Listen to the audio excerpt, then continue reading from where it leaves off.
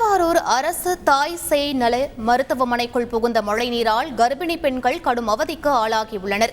இது பற்றிய மேலும் விவரங்களை எமது செய்தியாளர் மணிகண்டன் சொல்ல கேட்கலாம். வணக்கம் மணிகண்டன், என்னென்ன சிரமங்களை சந்தித்து வருகிறார்கள் பெண்கள்? தற்போது நீரை வெளியேற்றுவதற்கு ஏதேனும் நடவடிக்கை என்பது எடுக்கப்பட்டிருக்கிறதா? என்ன நிலவரம் அங்கு? வணக்கம். திருவாரூர் மாவட்டத்தில் நேற்று அதிகாலை முதல் இன்று காலை முதல் தொடர்ந்து லேசான மழையும் அவ்வப்போது கனமழையும் பெய்து வருகிறது. தொடர்ந்து 24 மணி நேரத்திற்கு மேலாக திருவாரூர் மாவட்டத்தில் மழை பெய்து வருகிறது. குறிப்பாக திருவாரூர், நன்னிலம், திருத்துறைப்பூண்டி, மன்னார்குடி, குடவாசல், கூத்தாநல்லூர், சேந்தமங்கலம், கொடராச்சேரி, வலங்கைமான் உள்ளிட்ட மாவட்டத்தில் பல்வேறு பகுதிகளில் தொடர்ந்து கனமழை என்பது பெய்து வருகிறது.